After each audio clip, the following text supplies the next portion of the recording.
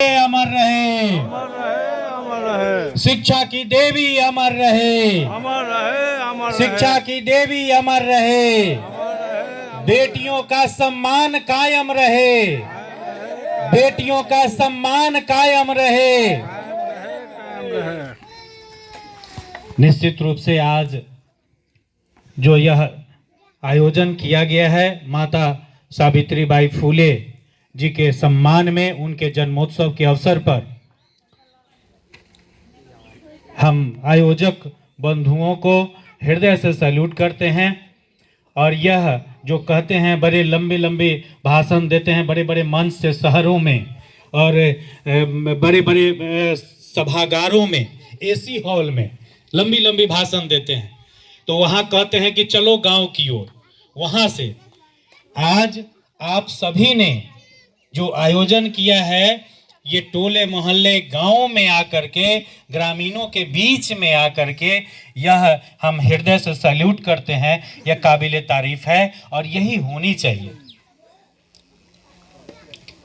आज भारत की बेटियां पढ़ लिख करके स्कूल, कॉलेज, यूनिवर्सिटी से होते हुए डॉक्टर, इंजीनियर, शिक्षक से आगे बढ़ते हुए, पंच, सरपंच से भी आगे ऊपर बढ़ते हुए मुखिया, विधायक, सांसद, मंत्री तक बन रही हैं।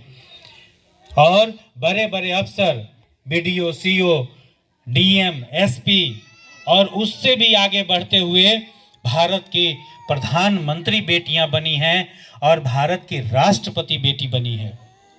आज भारत की राष्ट्रपति महामहिम द्रौपदी मुर्मू जी हैं। वो देन किसकी है? वो देन माता सावित्रीबाई फूले की देन है। अगर माता सावित्रीबाई फूले 1 जनवरी 1848 को बालिका विद्यालय की स्थापना न की होती, बेटियों को पढ़ाने की शुरुआत न की होती, तो आज भारत की बेटी भारत की राष्ट्रपति नहीं बनती। यही बात समझने की जरूरत है साथियों। आज भारत की बेटियां एक से एक ऊंचाई पर है, चंद्रमा तक जा रही हैं बेटियां, बड़े बड़े हवाई जहाज उड़ा रही हैं बेटियां, देश विदेश में नाम रोशन कर रही हैं बेटियां। उसका जड़, उसकी शुरुआत एकमात्र माता सावित्रीबाई फूले की देन है। तब जिस समय बेटियों को पढ़ने का अधिकार नहीं था, जिस समय यह कहा जाता था, आप सुने होंगे, हमारे कई ऐसे बुजुर्ग यहाँ पर चाचा काका बैठे हैं, उनको पता है, आज से 30-40 साल पहले तक हमारे समाज के लोग कहते थे कि बेटी पढ़ के क्या करते, कहते थे कि नहीं कहते थे? बेटी पढ़ के की करते? चूल्हे न फूंकते, रोटिये न बनावे के है, खाना न बनावे के है, यही कहावत लोग कहते थे। है पढ़ के की करबे, कहीं तो जेबे तो चूल्हे फूंकबे, चल ही काम कर। पढ़ाई से उनको वंचित कर दिया जाता था। और तब जब माता सावित्रीबाई फूले बेटियों को पढ़ाने की शुरुआत की, उस समय तो और स्थिति खराब थी। बेटियों को पढ़ाने का मतलब जो समाज के, धर्म के ठेकेदार थे, पढ़े लिखे लोग थे, वो लोग कहते थे कि बेटी पढ़ताई तो अपशगुन हो जाता, घोर कलयुग आ जाता, ऐसे कहते थे लोग, और बेटियों को पढ़ने का अधिकार नहीं था। ये तब की बात मैं कह रहा हूं।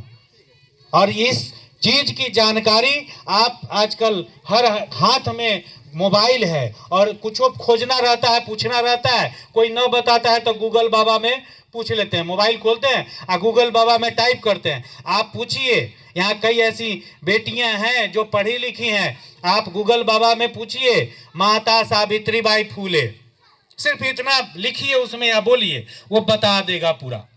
वो तब, वो दौर जब समाज में बेटियों को पढ़ने का अधिकार नहीं था। लोग कहते थे कि बेटी पढ़ताई तक गलत हो जाताई, कलयुग आ जाताई, अपशगुन हो जाताई, ऐसा लोग कहावत कहते थे। और ऐसी मान्यता, कुप्रथा, अंधविश्वास यही था।